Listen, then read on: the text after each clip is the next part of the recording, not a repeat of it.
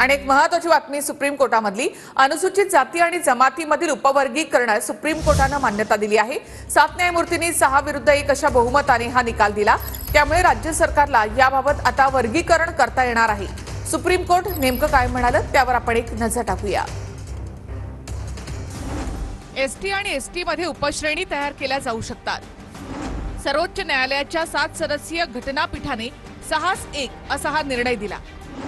अनुसूचित जाती अनुसूचित जमाती प्रवर्गासाठी उपवर्गीकरण करण्यासंदर्भात महत्त्वाचा निर्णय।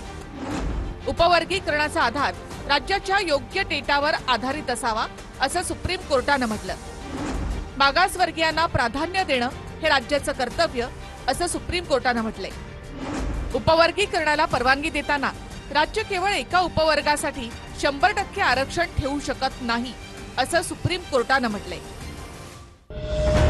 उदाहरण म्हणून समजा की एससी प्रवर्गाला 10% आरक्षण आहे आणि ए, बी, सी आणि डी अशा 4 वेगवेगळ्या जातींना एससी प्रवर्गात ते 10% आरक्षण मिळतं। मात्र यापैकी आरक्षणाचा लाभ ए आणि बी जातीनं सर्वाधिक घेतल्यास तुलनेनं शिक्षणाचं प्रमाण कमी असणारा सी आणि डी वर्ग मागे पडतो। त्यामुळे जे 10% आरक्षण आहे त्याचीच वर्गवारी करून ए आणि बी साठी 5% आरक्षणाचा कोटा करायचा आणि उर्वरित सी आणि डी साठी उरलेल्या 5%चा।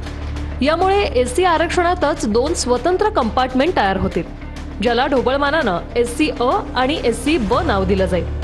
थोडक्यात एका कोट्यातच अजून नवीन कोटे तयार होतील। याचा परिणाम म्हणजे समजा जर आधी एससी राखीव नोकरीच्या 10 जागा निघत होत्या, त्यात शिक्षणाच्या जोरावर ए, बी, सी, डी या 4 पैकी ए आणि बी समूह वरचढ ठरून निघालेल्या 10 पैकी बहुतांश जागा मिळवण्यात यशस्वी ठरायचा।